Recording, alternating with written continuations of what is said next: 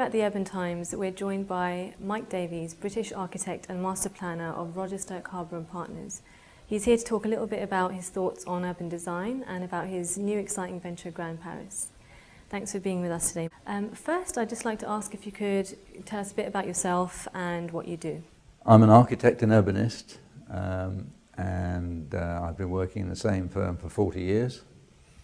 And we do a whole range of projects, and I've tended to specialise in projects where you need a big team. I enjoy teamwork a lot, and I'm not an individual sort of lone wolf, genius in a corner.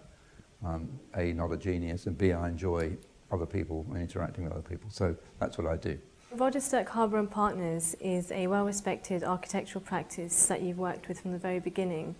Responsible for projects like the Millennium Dome, Pompidou Centre in Paris and Heathrow Terminal 5. However, you've worked with Richard Rogers for 40 years now. What is it about this partnership that's so special and works so well?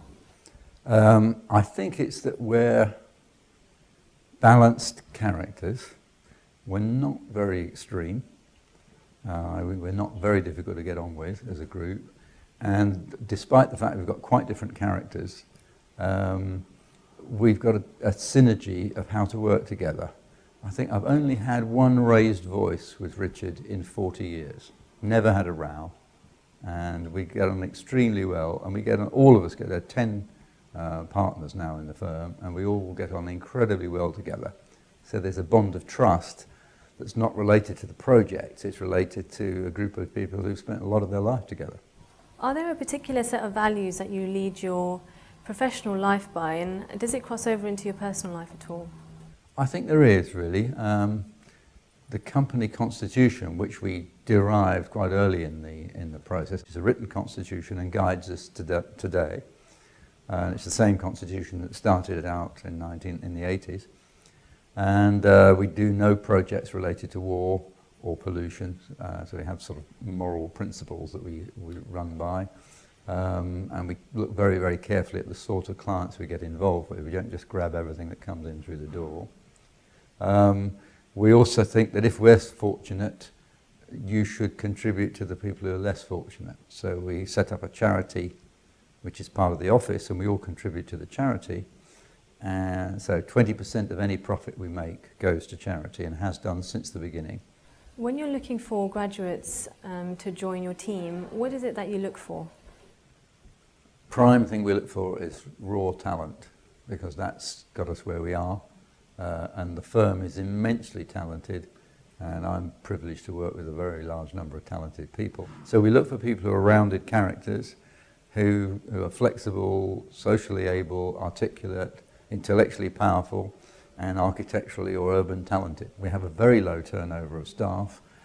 It's fair to say partly because of the social milieu here, which is good. We look after people extremely well. There's no hierarchy in the office at all, which means Richard or myself can have lunch with the most junior people. Everybody rubs shoulders, and that's really very important. There's no hierarchy. We don't have closed offices. We just sit amongst the staff, and the staff mix with us, and everybody's got the right to speak, including the most junior person. They can speak up and say, it's a load of rubbish, Mike, Richard, this is my point of view. And if it's sustainable intellectually, we accept it. What are your views on the office environment, and how do you think it's changed over the decades, if it's changed at all? The general commercial office environment is changing as we speak. Again, the office environment of 20 years ago was hierarchical, and the bosses sat in closed offices, and the typists were in the typing pool, and the execs were in a semi-privileged position. That's breaking down. More and more organisations realise that the communication across the organisation is the most important element of how you work successfully. And so the closed office is beginning to disappear. That concept of the loose-fit modern office is the way we work. We've always, if you look at all our buildings, they're all united by a number of simple themes, one of which is served and servant, i.e. that we see very clearly buildings as areas which are used and areas which are supporting the use. Pompidou being the classic example. You've got completely neutral, very large floor plates with a people access system on one side and a technical support system on the other. You look at Lloyd's, You've got a central marketplace entirely dedicated to people and the particular thing they do, which is insurance trading, in one room, effectively, surrounded by the technology at the edges. The last thing they wanted was the technology in the building, so that's why it's on the outside. So you find served and servants a common theme. Our Reuters building, our buildings in the City of London, and the latest building, Graham, who's the partner in charge of that, Leadenhall, same message. If you look at the plan tells you the way we think about the office building. Not entirely within the plan, but the plan generally expresses that issue, which is there are served and servant, i.e. flexible, loose fit, changeable areas, because after all, we're going to continue to change. You know, what's happened in the last 20, 30 years is extraordinary in the building industry. It's not going to stop. So we're looking for buildings that will live a long time, be sustainable, because they're adaptable. There's nothing worse than the monument that you used to have to live within and you're forced into, you know, living without any flexibility. So we build the opposite of the Basilican plan, if you like. So just as the old art gallery was a series of very formal spaces and the poor curator was spending his time scratching his head, we've got 14 Picassos, but we can only put 12 in, what do I do with the other? It's the room that's driving the show. In Pompidou, the exact negative is the case.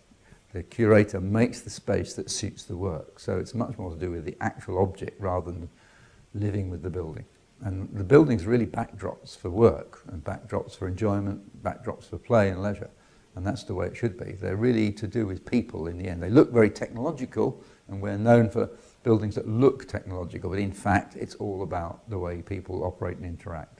So you seem to be a man with many interests. Is it true that you're a keen astronomer and a bit of a fine artist? I wouldn't say that. No, I do paint and sculpt and do a bit of dabbling, but I sail, and my wife is a very keen sailor. She's a qualified yacht master.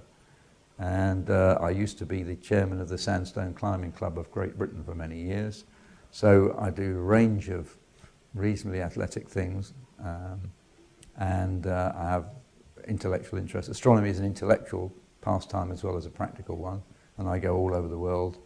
And it's good to get a different perspective on things. You've got the office here, you've got city life, which is fascinating, and urban design, which is fascinating. But it's nice to step away and think about wider perspectives and your place in the world and the universe. How do you think this contributes to your ability to design for people?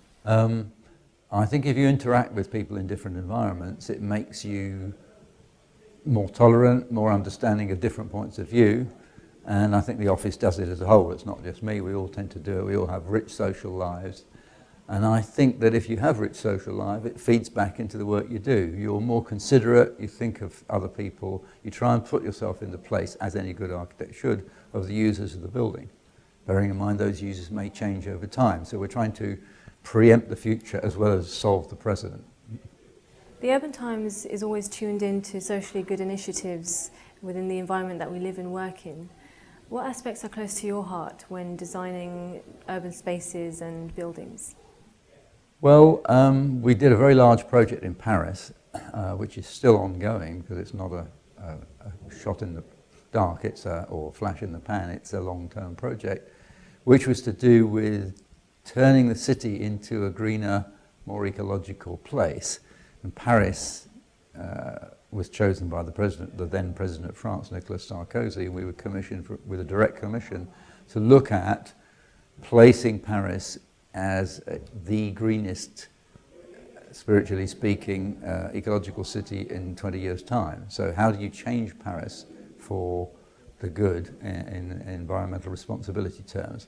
And that's been a really interesting challenge because you've had to look at everything. So we looked at transportation, rail, road, car and pedestrian, and bicycles and so on. We looked at the social fabric. We looked at the economic structure of Paris. We looked at the administration and governance of Paris. We looked at citizens' rights and responsibilities. And we looked at green space. We looked at urban space. We looked at architecture. And all of those things together. And the thing that was most interesting was that you have to look at them as a whole. Great cities, not a series of single initiatives. It's a very complex mix of sometimes conflicting interests. Most of the rich side of Paris is southwest, and the poor side is the northeast.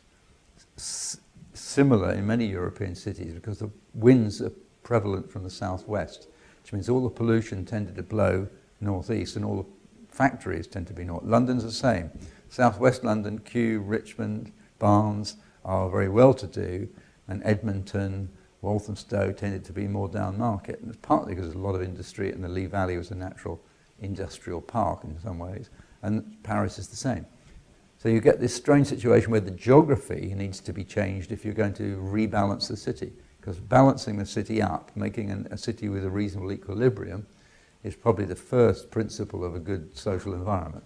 You know, if you've got the haves in one area and the have-nots in another, that's always bad news. Fundamental, my partner Richard is very strong on it, transportation, not transportation, but access is really critical. You only participate in the city if you can move around it. If you're trapped in a corner, and the poorest people quite often are, in northeast Paris, there's extremely poor public access. So even if you could get a job, you can't get to it. So a city which is well irrigated is a city that generally is more successful. And you can look around the world, and central Paris is extraordinarily well irrigated. Fantastic, dense metro system. And as a result, very few people run a car in central Paris. Everybody moves by metro or walks. It's small enough to do that. So it's a very successful, dense urban core. You move outside the periphery, completely different, entirely car-driven, and 70% of all the car movements in Paris are by car in the periphery, which is extraordinary, beyond the periphery. So you get two worlds. And when we went to Paris, we had no idea there were two worlds. We saw Paris as one place, like London, which has got all the boroughs grouped together with a central administration, which has got a strategic overview from City Hall. It doesn't exist in Paris.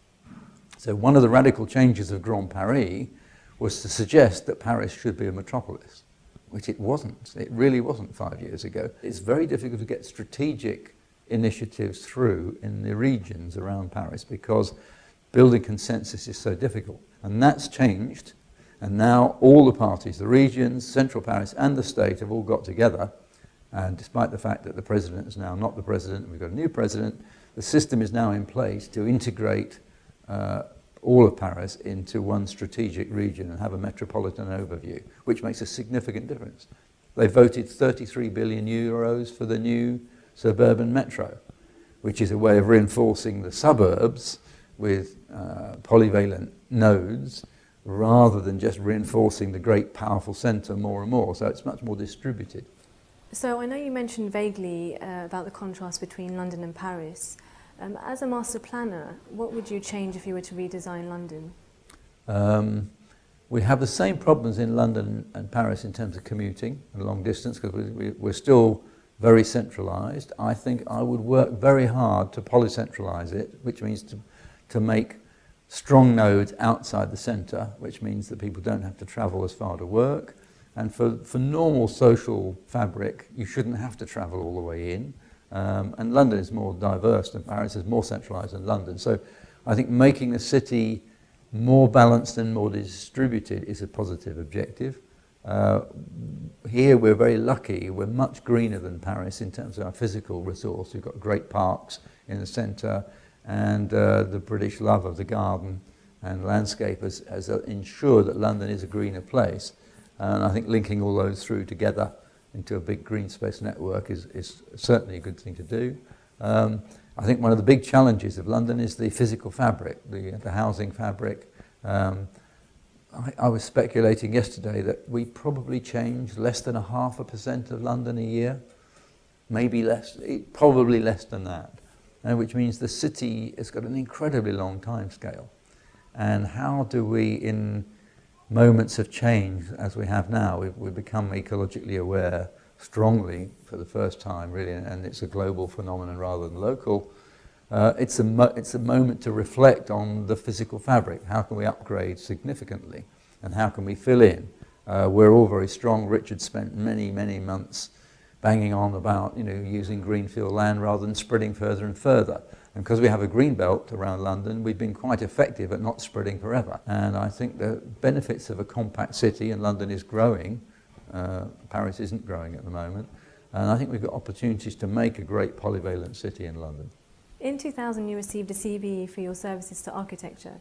Do you feel a sense of responsibility when designing for society and for people? I think really you have to be socially responsible.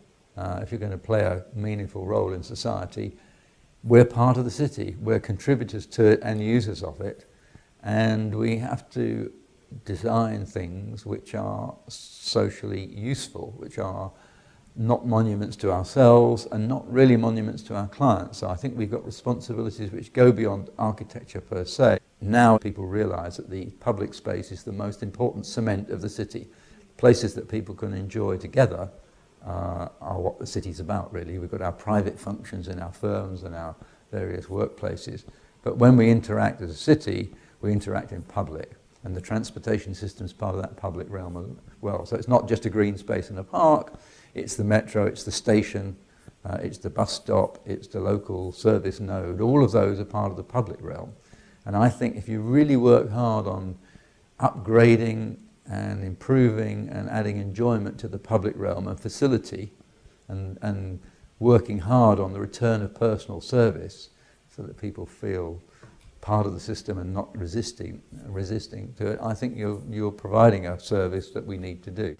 On behalf of Urban Times, we'd like to thank you, Mike, for joining us.